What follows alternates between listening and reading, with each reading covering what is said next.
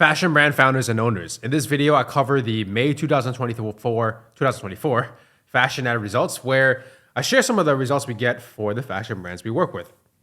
And I put 1 year since first results video because if you're new here or maybe you haven't seen all of them, I started documenting the results we get for fashion brands publicly at May 2023. So if you go to our YouTube channel, it's called Digiceptual. If you go to the playlist, you can see the monthly results video. I started on May 2023. So literally one year.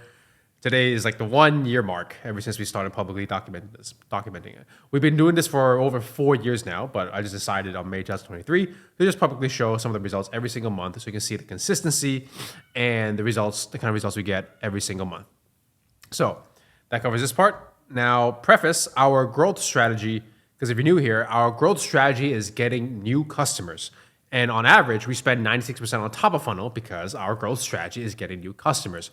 We're not here to flash super high ROAS numbers by just retargeting and remarketing to existing customers the brands that we work with already have. That is just vanity metrics. That's just wasting money. And there's just no point. The point of ads is to get new customers, to drive growth, new growth. That's how we like to do it. And that's our approach. And just to give you more background, we specialize only working with fashion brands. And we've been doing so for over the past 4 years. So let's jump into some of the results that we have on May 2024. So here you can see the first result of a fashion brand. So I'll refresh it. You see the top right, May 1st to 31st, 2024. Now you can see we spent 96.2K. We got a 2.43 ROAS at a 234K return. Now, most people might think that that's actually a bad ROAS. Like, oh, why is the ROAS so low? Like, these are bad results. Well, the funny thing is that she's actually profitable, number one. And two, she's been going at a rapid pace for the past only 3 years, ever since we started working together. And we scaled her to over 4 million in over 2 years, just in 2 years. See, this goes back to the preface of what I'm saying. Our growth strategy is getting new customers. Because look, here on the ad account, I'll do some math here. So let's say here's the MOF campaign, MOF, and here is the 14-day. These are more retargeting campaigns because then her AOV is pretty high. So we do have this in place. And given the amount of growth and scale she has, we found this is necessary. So let's say we spend, MOF here is 3K. So I'll just do some quick math here. Right, add to cart here, about this. Oh. And then MOF here in May. So that's roughly, hold on, the math was wrong. Bear with me real quick. So these are not, all of these that I'm adding up, these are not top of funnel campaigns, right? Okay, so that's about 7.6K spent on retargeting. So if I divide that by 96 here, so that's roughly 8%. That means we spend 92% of the ad spend on top of funnel getting new customers. And I barely did any remarketing because again, preface, our growth strategy is getting new customers. And it does fit into our average, right? So our average is 96%. It's not always exactly 96%. Sometimes it's 100%. Well, in this case for May, we spent 92% for this fashion brand. And drove a bunch of new customers to her business. Now, here's another one.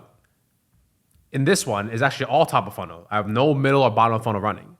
And you can see this one's drastically different, right? Less spend. So not all the fashion brands we work with are extremely high spends and they want to push growth aggressively like the first one, right? Here I'm showing you a variety of results for the fashion brands we work with. For example, this one, I only spent 16.2K. This is all top of funnel. There's no middle or bottom of funnel. Right? So it's literally 100, is all of this, the 6 return. So we got 6.3 ROAS at 103K return. This value, all this sales is from new customers. None of them is retargeting and remarketing, as you can see here. Here's another one to show you more variety. So this one we spent 18K. So I'll just quickly refresh it for you. I should have used the add refresh button, but it's faster. But anyway, so here you can see we spent 18K, 4.11 ROAS at a 74K return. Also, all top of funnel, no middle funnel or bottom funnel for this one. Right? And here you can see a variety. You can see that we don't only rely on Advantage Plus campaigns. We like to have our own campaigns. There's this thing where I see sometimes like everyone thinks that you can just let Facebook do everything for you, right? Yes, their AI is very advanced and they will find the audience for you, what we like to do is we like to hedge against that as well, because we don't know exactly how they work, their algorithm and how Advantage Plus works. So we always want to have our own scaling campaigns to hedge against Advantage Plus campaigns.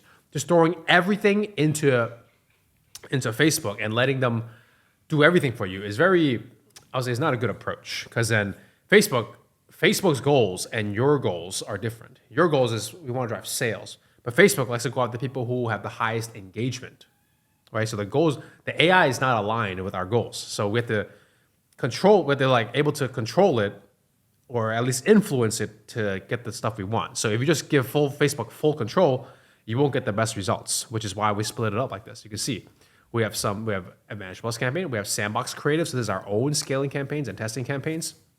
We have our own ABO campaigns where we scale, right?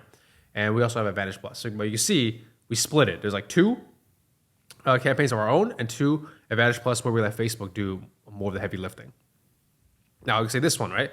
This one we spent 46.9K, 11.22 ROAS, and a 526K return, right? So you can see, look, some are high spends, some are low spend, some are more high spends, and you can see the range in ROAS.